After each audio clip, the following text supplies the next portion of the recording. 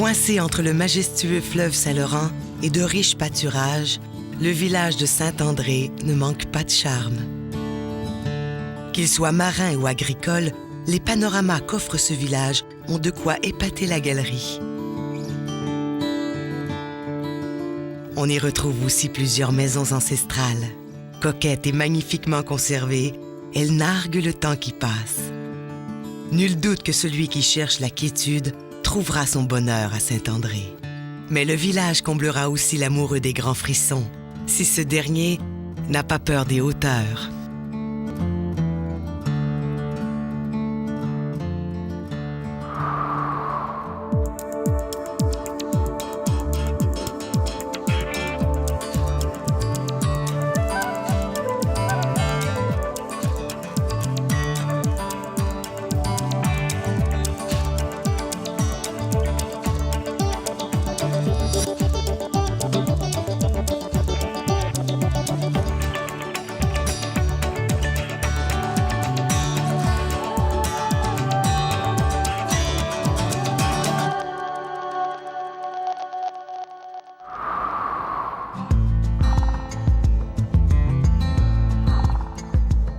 Mon nom est Pierre Lemire.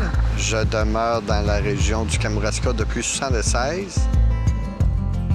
Je suis Marie-Ève Morin. J'habite Saint-André et je suis agricultrice. J'habite Saint-André depuis 27 ans. J'y suis née. C'est un endroit où tu te dois de composer avec la nature quotidiennement, régulièrement. C'est pas monotone, là. Et il faut que tu apprennes à, comme on dit dans le bon jargon, à te revirer sur un dixaine, là, tu sais. Alors, je suis Isabelle Poyot, je suis aubergiste, donc je suis propriétaire d'une auberge, ce qui comprend des chambres et un restaurant. Saint-André, c'est avant tout un village assez paisible où il fait bon vivre. C'est un village diversifié. C'est la montagne, c'est le fleuve, la vue du fleuve, des collines, la verdure, les arbres. Oui, vraiment, c'est une belle place à découvrir. C'est un endroit qui est à la fois paisible, éloigné de tout, mais près de tout. On est près de Québec, on est à 1h30 de Québec. Vraiment, on est dans un village à la fois fluvial et rural. C'est une vie assez tranquille et assez agréable, somme toute.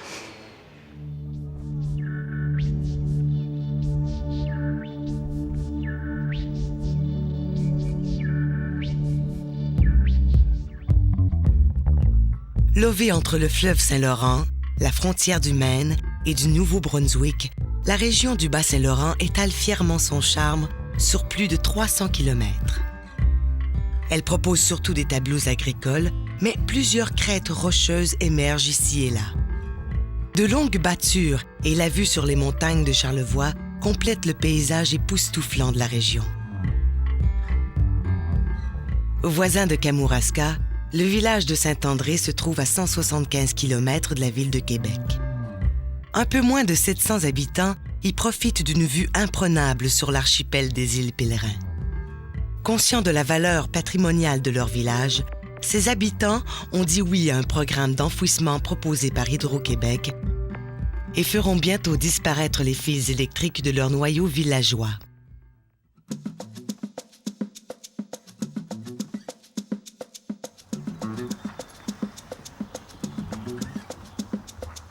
Les débuts de Saint-André de Kamouraska remontent à 1725, alors que les premiers colons arrivent ici puis s'installent dans la région en bordure du fleuve. Ce premier établissement connaît une croissance tout au long du 18e siècle. Et ce qui arrive, c'est qu'en 1791, tenant compte de la population qui est établie ici, on va détacher une partie du territoire de Kamouraska pour en faire finalement une entité propre, ce qui va devenir Saint-André de Kamouraska. Saint-André de Kamouraska est le village qui, en bordure du fleuve, dans la région ici, possède la plus grande superficie. On va retrouver de vastes étendues agricoles qui sont en bordure du fleuve. Le village lui-même est de configuration linéaire, c'est un village traditionnel, avec son église au centre, le presbytère, quelques édifices institutionnels. Et cet ensemble-là s'aligne de part et d'autre de la rue principale au fond d'une grande anse.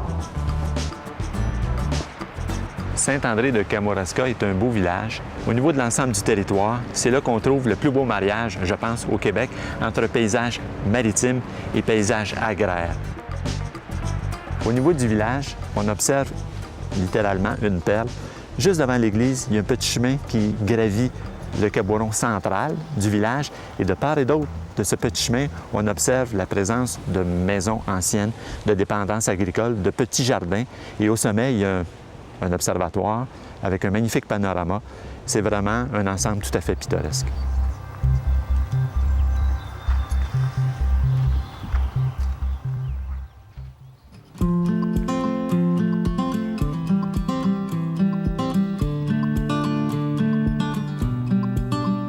Jean-Claude Morin. Maintenant, je suis retraité, à l'âge de la retraite, mais je continue à venir aider sur la ferme chaque jour. C'est Marie-Ève qui a repris l'entreprise. Ça fait maintenant 1 an et demi qu'elle est propriétaire majoritaire. Je me suis épanouie sur la ferme de mes parents. Mon enfance a été peuplée de portées de petits chats, de petits poussins au printemps, des petits veaux naissants. C'est quelque chose que j'offre à ma fille aussi. Un enfant sur une ferme, ça apprend beaucoup. Chaque jour, c'est merveilleux de les voir. Ils sont là, ils sont émerveillés. Mais il faut savoir les émerveiller aussi, leur montrer la beauté de la vie.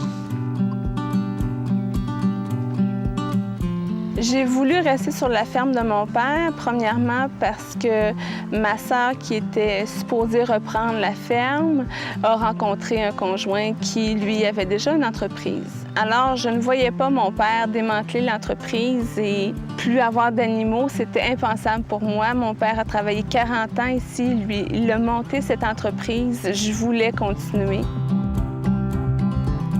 J'ai rencontré mon conjoint qui aime aussi la production laitière. Alors, ça allait de soi qu'il fallait que je reprenne l'entreprise, la relève.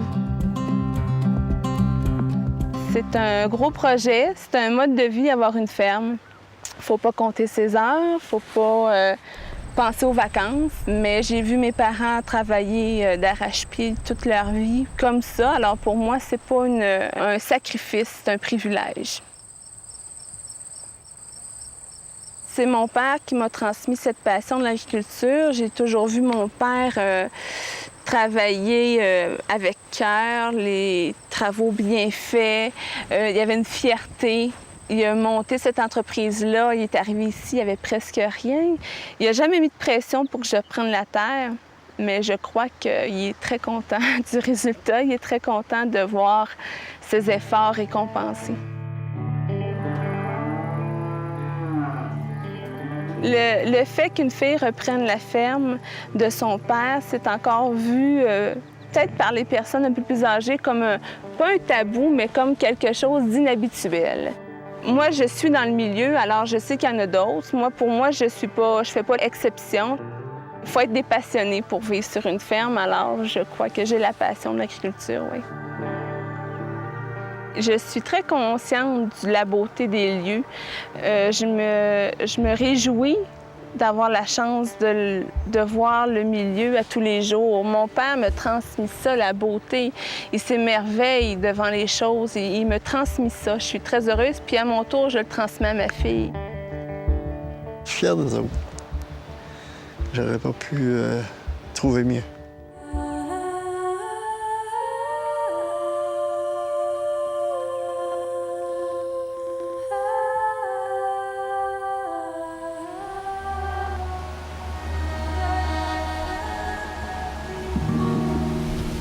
Toute la côte du Sud, dont fait partie Saint-André de Kamouraska, est une région très prospère au 19e siècle. C'est la raison pour laquelle on va retrouver sur le territoire de Saint-André de Kamouraska plusieurs grandes résidences bourgeoises.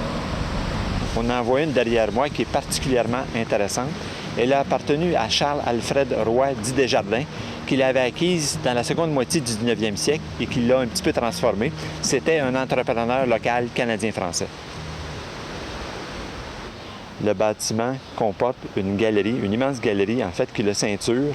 Et cette galerie, plutôt que de se retrouver au rez-de-chaussée, comme on voit habituellement sur les maisons québécoises, se retrouve à l'étage. La maison comporte aussi au niveau du toit, qui est à 2 versants, 2 souches de cheminée, une à chaque extrémité, ainsi que 5 grandes lucarnes qui permettent l'éclairage d'un étage supérieur. Élément particulier dans cet édifice-là, Desjardins s'était fait construire une petite chapelle qui était annexe à son bâtiment. On trouve donc cet édicule, ce petit édifice, couronné d'un tout petit clocher sur le côté de la maison. Ce magnifique bâtiment, situé dans le cœur du village de Saint-André, a été recyclé. On l'utilise maintenant comme auberge.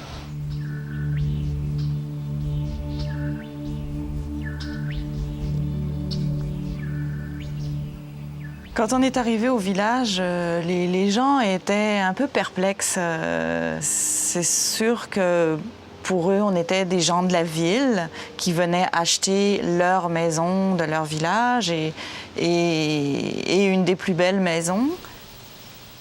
Quand ils ont vu qu'on allait faire une auberge, donc c'était une entreprise, on allait s'installer ici pour y vivre, on allait créer des emplois aussi, qu'on n'était pas seulement des gens de la ville qui achetaient une belle maison pour venir y passer juste 2 mois par année. Donc là, ça a changé. Puis quand les gens ont vu ce qu'on faisait de la maison, et que ça s'inscrivait dans cette tendance donc, de valorisation du patrimoine, les gens ont eu une certaine fierté aussi. Cette maison était pas mal à l'abandon quand on l'a achetée. En fait, il y a eu d'une part un gros travail à l'intérieur. Tout était d'origine. Il a fallu retravailler tout ça et conserver les aspects architecturaux et aussi, évidemment, donner à cette maison tout le confort moderne. Alors, à l'étage des chambres, il fallait bien sûr créer plusieurs salles de bain. On a opté dans plusieurs chambres pour la baignoire à l'ancienne, donc la baignoire sur pattes, qui respecte évidemment le style d'autrefois.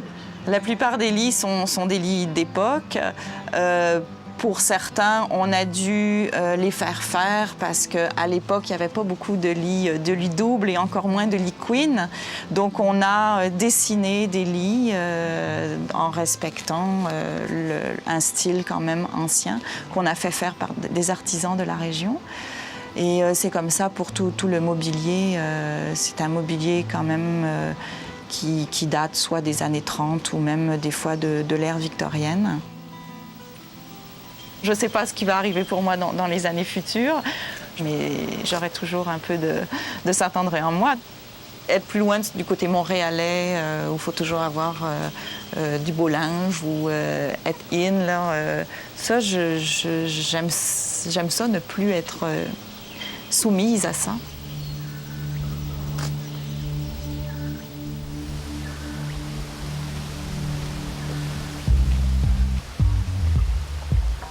Au village, difficile de ne pas remarquer la Boiteau, c'est-à-dire une digue érigée afin d'isoler une partie du territoire du fleuve pour le rendre exploitable. Nous sommes actuellement sur le sommet de la Boiteau qui est situé juste derrière l'alignement nord du village de Saint-André de Kamouraska. Ce qui est intéressant avec cet aboiteau qui sépare le village de la mer et des battures, c'est qu'on peut parcourir son sommet. Il y a un sentier, en réalité, qu'on peut faire à pied et qui est très agréable. Ça nous permet de découvrir le village de l'arrière.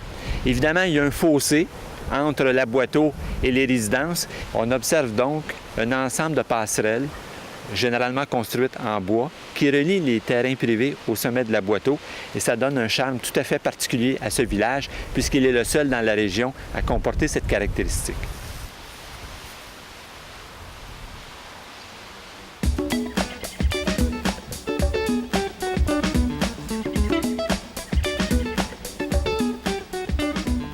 Je m'appelle Paul-Louis Martin, je suis historien et je suis depuis 6 mois retraité de l'enseignement à l'Université du Québec à Trois-Rivières. En 1974, si on se rappelle bien, il y avait une certaine vague d'un retour à la terre, Flower Power et compagnie, etc. Et on avait le goût de vivre à la campagne et on a trouvé cette grande ferme de 3 km de long qui borde nos fleuves. Et la tentation a été trop forte, on l'a acquise, quoi. Premier automne, on s'est aperçu qu'il y avait un reliquat de verger, de pruniers, Donc, il restait une centaine d'arbres de pruniers de Damas. Après un certain nombre de recherches, on s'est aperçu que c'était une des plus anciennes variétés d'Occident. Possiblement la plus ancienne variété de prune introduite au Québec. Là, on parle des années 1620. Il fallait à tout prix conserver cette variété fruitière ancienne. À partir de 78, donc, en famille, à tous les printemps, on a pris ce qu'on appelle des rejets de souche et on a commencé à replanter parce que c'est une variété qu'on ne trouvait plus sur le marché. Il fallait donc s'auto-approvisionner. Finalement, aujourd'hui, on en a au-dessus de 1000 pruniers. Et on a commencé donc à vendre les fruits au bord de la route. Et au fil des années, la transformation a commencé, les confitures, ensuite les gelées. Et finalement, c'est une roue qui se met à tourner, si vous voulez. Et aujourd'hui, on produit 9 ou 10 produits de la prune. Quel est l'avenir d'un domaine comme celui-ci? Bien, écoutez, tout dépend de la relève, hein, c'est bien évident. On peut toujours se donner des visions, là, mais je souhaiterais bien que l'ensemble demeure pour des fins pédagogiques, des fins d'enseignement de l'histoire.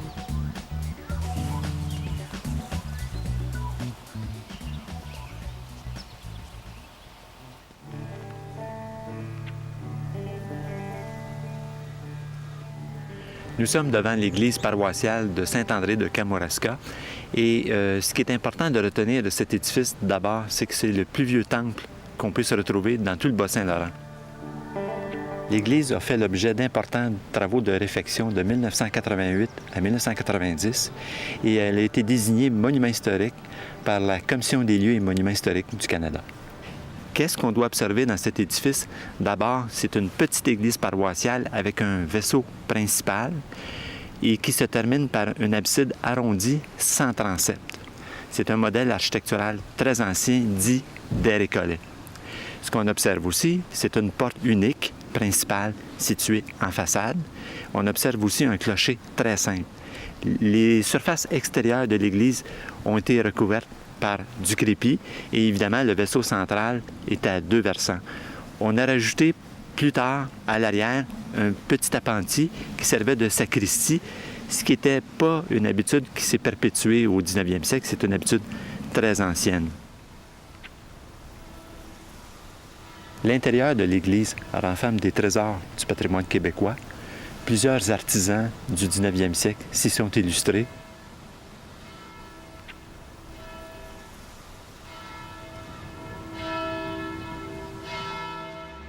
Si Saint-André a plusieurs charmes à offrir, ceux-ci ne sont pas réservés qu'à une poignée de privilégiés. Par exemple, la Société écologique des bâtures de Kamouraska, la SEBCA, nous donne accès à un site exceptionnel sur les rives du Saint-Laurent.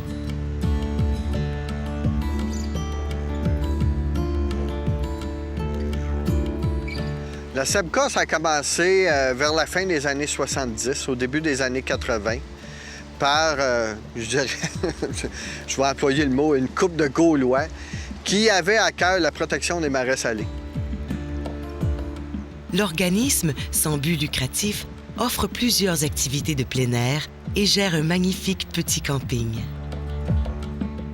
La plupart des gens qui viennent ici viennent depuis déjà plusieurs années. Ils ont comme un peu grandi avec nous autres.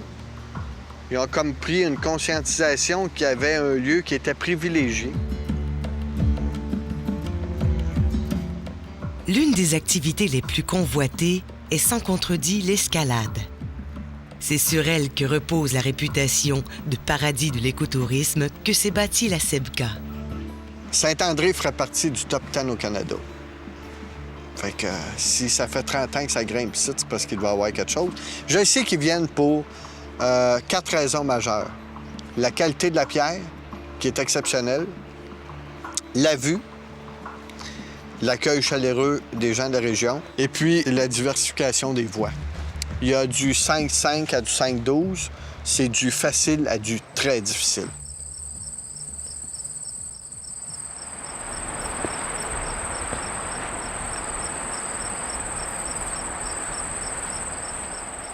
Quand je viens ici, là, ce que ça me fait, là, c'est drôle à dire, ça me fait vieillir. Dans le sens, j'ai l'impression de pouvoir vivre vieux plus longtemps si je travaille ici. Je regarde le paysage. C'est comme une pause dans le temps. C'est comme si j'arrêtais de penser. Ça fait du bien d'arrêter de penser à tout. D'abord, c'est pas nous autres qui mènent. Hein? Ici, la nature a la priorité. Hein? Regarde le fleuve. Je dirais, c'est la démesure. Et c'est comme je dis des fois aux gens quand on va en kayak, puis qu'on voit des bilgots, des phoques, je le dis tout le temps. Ici, on n'est pas chez nous. On est chez eux. La seule différence, c'est qu'il n'y a pas de porte pour cogner. Si je vois chez vous, il y a une porte, je cogne à la porte, puis tu réponds. Là, il n'y a pas de porte. Hein? C'est la nature. Fait qu'il faut respecter ça. On n'est pas chez nous. On est chez eux. Le fleuve, là, dans 100 ans, là, il va être là. Dans 1000 ans, il va être là. Nous, on ne sera pas.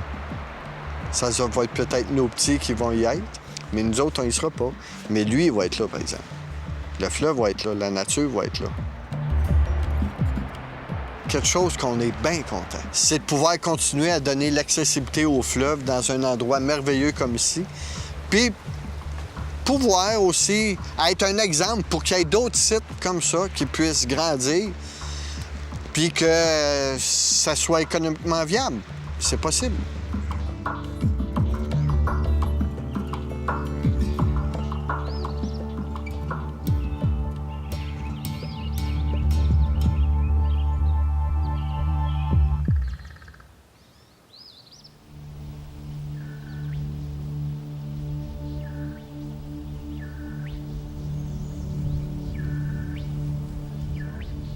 Je crois que les gens ont conscience d'avoir un beau village, mais les possibilités de développement sont encore à parfaire. Moi, je me souviens, quand j'étais plus jeune, il y en avait des gens qui avaient honte de venir de Saint-André parce que c'était comme un trou, c'était petit. Mais je pense que les mentalités changent. Il y a une fierté à tirer de venir de Saint-André. C'est un très beau secteur qui est de plus en plus connu et reconnu partout. Il faut être fier de notre place. Depuis 12 ans, on voit vraiment que la tendance a complètement changé dans la façon dont les gens rénovent leur maison. Il y a 20 ans, c'était le clapboard d'aluminium, on enlevait les fioritures, on enlevait les cartes de fenêtre. Aujourd'hui, les gens sont beaucoup plus respectueux de ça et en ont acquis aussi une certaine fierté, je crois, de se dire, ben oui, nous, on a ça et puis on doit en prendre soin. Les gens se rendent compte qu'ils sont dans un endroit privilégié.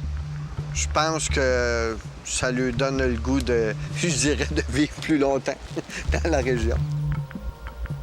J'aimerais aussi que les jeunes familles viennent s'installer ici, qui amènent des enfants à l'école. Il faut que les gens s'ouvrent à ce nouvel apport de gens, des grands centres qui viennent rester. Il faut que les gens d'ici aussi prennent leur place là-dedans. Moi, je suis très positif. Hein? Ça va bien se passer pour tout le monde.